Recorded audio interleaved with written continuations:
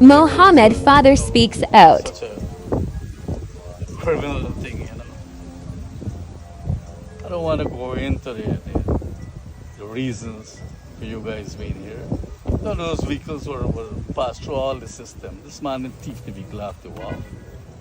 We went through all the records of the system. You are the ones who's supposed to take us to court. GRA is supposed to take him to court for these vehicles. You know, the lawyer wrote you all and gave all the reasons.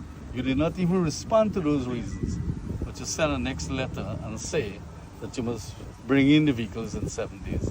What kind of nonsense is this? You know? Is this how you violating the legal system in this country? No man, we have to do better than that, right? Sorry I have to talk to you guys. The law is the law. What next, Mr. Mobier? No comment.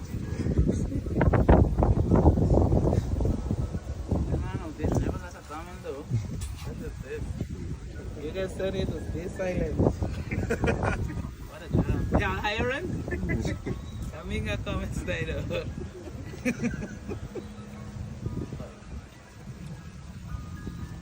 But right now I'm very scared for my security, my family, myself, my supporters. We're very scared with what is going on present. You understand? They disarm us, you know, they leave us stranded right now in terms of security. Allah is our You protector. understand? Sure.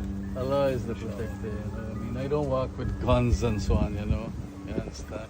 I told them that you can take my personal guns too. And these same personal guns, defending them in 1992, because I have guns since Apnu time. I get guns since under Mr. Hoyt time. And these personal guns, defending them in 1992. I heard the Vice President said, you know, that talk about all these filthy things, you know. I mean, in 1992, I never know Mr. Jack Davey, you know. I never knew him around, right? And in 1992, Freedom House had 4 guns when you had these problems, right? 2 was my own, 1 was Dr. Hanumanu, and 1 was Glenn Lalo. So I don't know, you know, where all this nonsense coming from, you know. But Almighty Allah will reveal everything in time, yeah? Don't worry. You can't oppress people forever, you understand? This is personal. Right, correct is right, Uncle Shell. It's You personal. can't talk about democracy and then you're violating people in this way. There's absolutely no democracy in this country. And it is very sad and very unfortunate that a day like today, we have to go through these sorts of things where our government is there who claim to have fought for democracy and here fighting private citizens in this country. How they could write? You got police officers who come in and say, man, they get sent for do X, Y, and Z, but they don't want to it. Imagine that, eh? We're living in a place where the lawmen of this country can't even do what they're supposed to do because they gotta get instructions from some big buyer sitting in the office that he ego hurt today because of whatever was said, and you got people up and down wasting time. Go and look for the cocaine that's missing. You understand me? We got things. I want to know if Houdini was working at that station, the cocaine disappear. Do you understand me? Every time something going, the police this disappear, that disappear. We got things in this country. We got Venezuelans coming over here by the droves. And those people are threatening us from over there.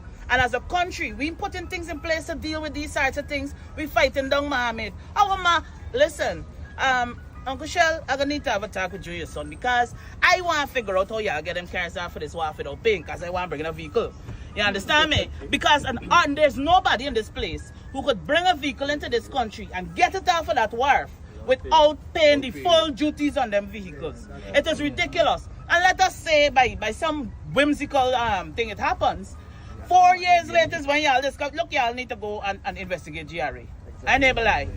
Who else bringing in things that they didn't pay the taxes? What is going on in this place? Somebody behind me. Fancy more vehicle more than Then you can tell a man to come publicly. Azadin by his own admission said today, you gonna tell people, you hear what happened? You go publicly and say that you don't have political intentions and we gonna ease off for you. What's that?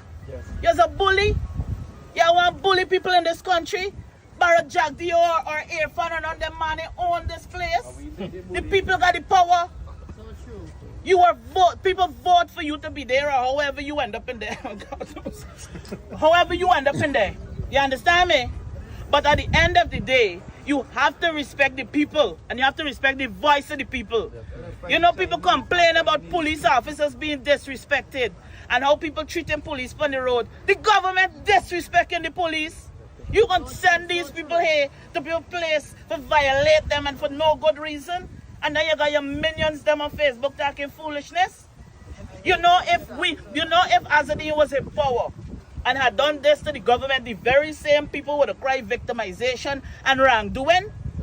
We gotta do better. You could never get the best interest of this country at heart in doing these things to people, man. Yeah, let the law deal with these issues then, you know. You just can't send people because you just wake up and you feel that this man is a threat to you and you being in power, you know. Look, the other day, you know, I was waiting until after Ramadan to respond to a lot of things. The vice president talked about people lost their visa because of us, and he can't produce one person.